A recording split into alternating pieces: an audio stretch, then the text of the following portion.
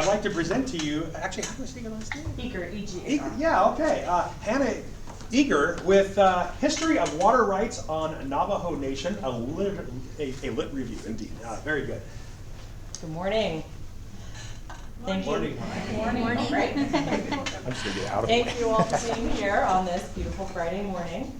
I know for a lot of us, having Fridays off is our favorite thing about college, so thank you for taking the time to be here this morning. Before we get into a history of water rights on the Navajo Nation, I do want to briefly acknowledge and thank my mentors, Professor Ridner and Dr. Stanton. Thank you for your patience with me while I get through this. You'll see here just briefly that I've included the word Dine here. Dine is the Navajo word for Navajo. So throughout the presentation, I'm going to use those synonymously and interchangeably. Navajo, Dine, Navajo, same. All right, moving on. Let's briefly acknowledge the land on which we find ourselves this morning. Through a brutal process of conquest and attempted genocide, this land was stolen by our country from the people who already lived here. So that would be the indigenous Achichamen and the Tongva people. Only through remembering and acknowledging this shared violent history can we hope to heal from it. With that, let's begin. So this all started last September when I read a Time magazine article called The Coming Storm. It was all about the fight and the plight for water justice of the Navajo people, and I could not get it out of my head. So when the opportunity for the symposium arose, I was like, great, let's dive deep right into it. First, I wanted the basics to understand the historical, present day, and future rights of Navajo Nation. And as an American, I'm also very concerned with the impact that my country, my government has on the ability of the Dine people to actually access their water. And I became very interested in this concept of water justice and what exactly that entails. I read a lot, so I sourced from 26 different sources, including four different official Navajo tribal websites, including the Navajo Nation Water Rights Council and the Navajo Department of Land. From periodicals, as I mentioned, Time magazine, there were 4 of those. There were 6 academic journals, shout out to JSTOR, as well as 9 different government institutions, from the EPA to Indian Health Services. I tracked ongoing legislation through Congress's bill tracker. Some really wonderful resources out there. And lastly, there were some incredible nonprofits. I was really impressed by what I found there, and we will get into those in a little bit. Let's set the scene with a brief history. After the conclusion of the Mexican-American War in 1848, Americans began to settle what is now the Southwest. Understandably, the people who already lived there were not receptive to this invasion. Conflict erupted, and by the 1860s, full-fledged Navajo wars had erupted. Of course, we know, this was never really a fair fight. The Navajo were defeated in 1864 and underwent the Long Walk, during which some 8,000 men, women, children, elders, survivors of the Dine people were marched across the desert to the reservation of Bosque Redondo in eastern New Mexico. It was a temporary reservation, and after 4 years of negotiations, the Navajo signed the Treaty of Bosque Redondo, in which they ceded their native lands, their tribal homelands, except for a small portion, which we now know as the Navajo Reservation, also colloquially referred to as Navajo land, one word. And they did so in exchange for the U.S. government's funding for things like housing, healthcare, infrastructure. It's been over 150 years, and those promises have yet to be fully realized. Meanwhile, the California Gold Rush was taking place in the very late 1840s on through the 1850s. This placed great importance on establishing water rights. Who gets what? So the courts of California came up with the doctrine of prior appropriation. In layman's terms, this is the rule of dibs. First in time, first in right. Anyone who lays claim to a source of water has the right to fully take all of their water needs, all of their water allotments should be satisfied before anyone with a more junior claim comes along and begins to draw their water claim. This was continued in 1908 through the Winters Doctrine, which was a Supreme Court case in which the courts recognized that through the creation of an American Indian reservation, the United States government implicitly reserved sufficient water rights to support the people thereon, their lives and their livelihoods. These represent the interdepartmental work of the tribal, state, and federal governments to establish a law of the land. Moving on to the law of the river, which is such a cool name. The law of the river refers to an amalgamation of compacts, acts, laws, agreements, minutes, decisions, all referring to the Colorado River. So you can see here it's this big, thick blue line, as well as all of its tributaries. Now the Colorado River is really important. Today, it supports 40 million people. It sustains the lives of 40 million people across 7 states, several American Indian reservations, all the way down into Mexico. It's a big deal. Every precious drop is accounted for and allotted. In 2023, fast forwarding a little bit, the Supreme Court ruled on Arizona v. Navajo Nation, in which they said, yes, the United States government is beholden to the Winters Doctrine not to interfere with the rights of Navajo Nation to access the water promised to them. However, they are not under any obligation to take affirmative steps to actually help the Navajo people access the water that is promised to them.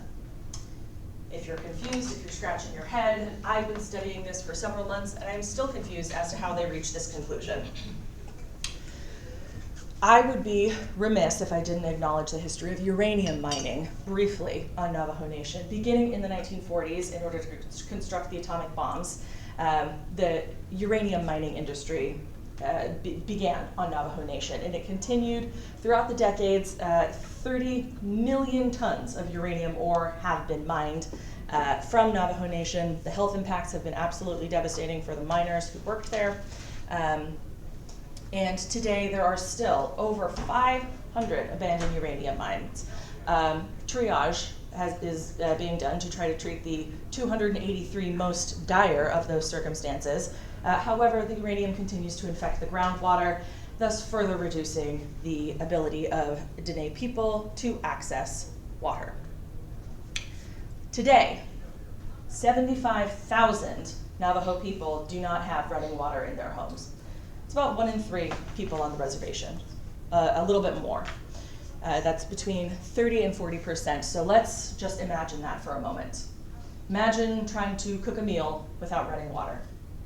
Imagine trying to provide a clean home for your family without running water. This means no sink, no toilet, no shower. According to the EPA, the average American uses 16 gallons of water on their daily shower. You can see pictured here is Linda Jackson, a resident of the reservation, using 2.5 gallons of water to wash just her hair, because that's all she can afford to do today. And when I say afford, I mean that in a couple of different senses. Most folks who don't have piped water haul it in. This looks like getting a truck, getting a tank, putting that tank on the truck, and then driving the truck to the nearest water source. That could be several hours away. The roads in Navajo Nation are bumpy, unpaved, wild roads. They are hard on your vehicle. They shorten that vehicle's lifespan. But imagine you get to the water source. You might have to wait several hours while all of your neighbors fill up their water because they also don't have running water. This takes time, energy, gas, which is an extremely expensive resource, in addition to all the other necessities, which are already marked up considerably. Life on the reservation is expensive. On average, Navajo water haulers pay 72 times more for their water than those who have it piped right into their homes. Briefly to mention COVID-19, y'all remember how much hand washing we were doing during that time? Oh my gosh, 20 seconds, soap and water, that's 2 full rounds of happy birthday. What if we didn't have that?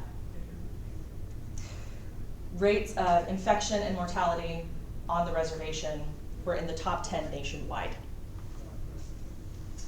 This, I know it's a little bit hard to read, but it was such a rich data-filled map that I couldn't ignore it. These are the homes without piped water access, going from blue which only estimates up to 50 homes on that area don't have water access, leading to less and less and less until you get to red, in which over 200 homes on that area do not have piped water access. So what does this mean? In my research, I found that there are water haves and water have-nots. Here you can see this big, gorgeous pool.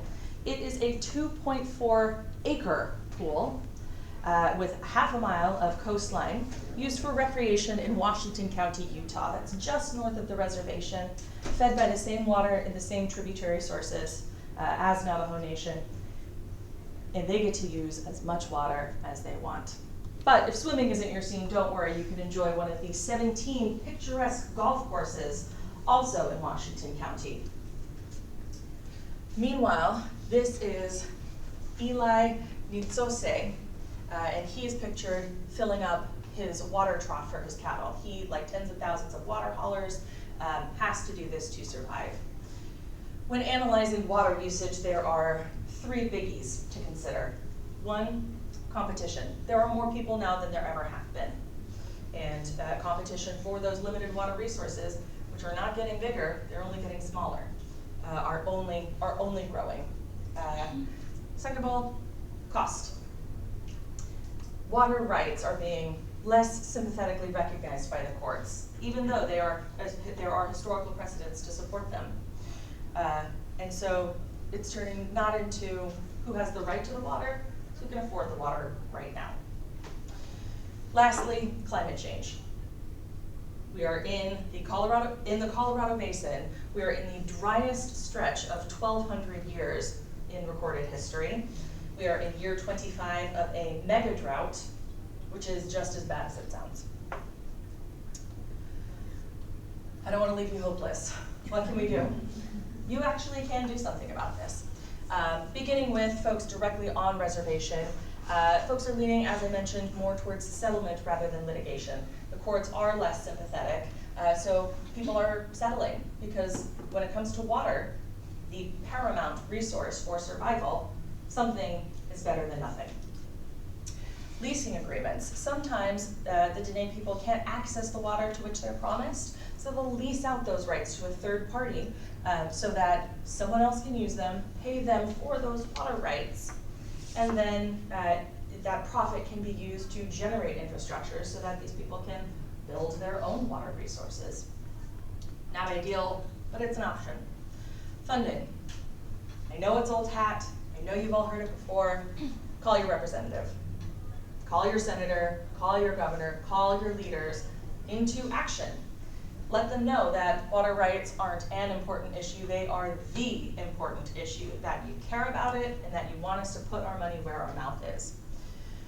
Water conservation legislation is another option, a bit controversial, but think about that slide. Should we get to use water like this? That's 4 million gallons of water in the middle of the desert for a pool. Is that ethical? Is that right? 17 golf courses. Again, why are we putting golf courses in the desert? Makes no sense. If you can afford, and if you insist on having resources like this, maybe you can buy your neighbor a drink. With that in mind, there are some incredible nonprofit organizations. To Nitsoni Ani, which translates to Sacred Water Speaks, is a Dine-led organization which has successfully negotiated the termination of pollution caused from coal mining efforts on the Black Mesa, which is in the northeastern portion of the reservation. Coal miners were polluting, they put a stop to it through organization. Dig Deep is another incredible nonprofit that partners with local organizations like the Navajo Water Project, which brings water to people, sets their homes up with access to hot and cold water in 1,200-gallon tanks, and then provides a continuous water service so that people don't have to spend their hard-earned time and money going and fetching their own water. The Eastern Navajo Nation Water Delivery is a program of the Catholic Church, the Indian Mission School and Mission St. Bonaventure. This here is a QR code. I'm going to leave it up for a minute. I'm going to click through my reference slides and I'll leave this up during our questioning, but it's just links to a document that has information about those resources, those 3 different nonprofits that I listed. Just in case you want to get involved, you can. In conclusion, water rights are both very complicated and very simple. On one hand, it's going to take significant interdisciplinary, intergovernmental partnership and cooperation in order to facilitate the details, the nitty-gritty of all of these water rights. And on the other hand, water is life. It's the only conversation worth having. Thank you very much.